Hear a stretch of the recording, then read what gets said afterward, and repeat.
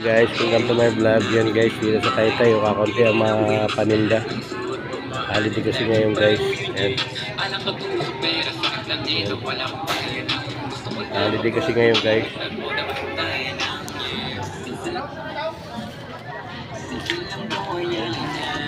Nabili natin tulingan lang.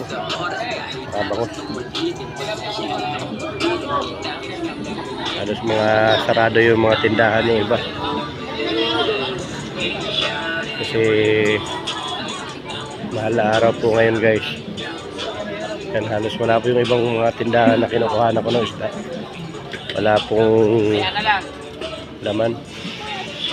May mga ibang iba meron po pero silado naman. Yan.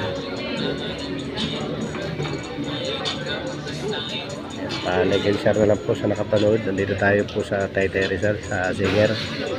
Mahango tayo ng isda pero kakaunti po ang kalakal. Uwi na tayo guys. Kasi kaunti lang yung kalakal. Like and share na lang po sa nakapanood po.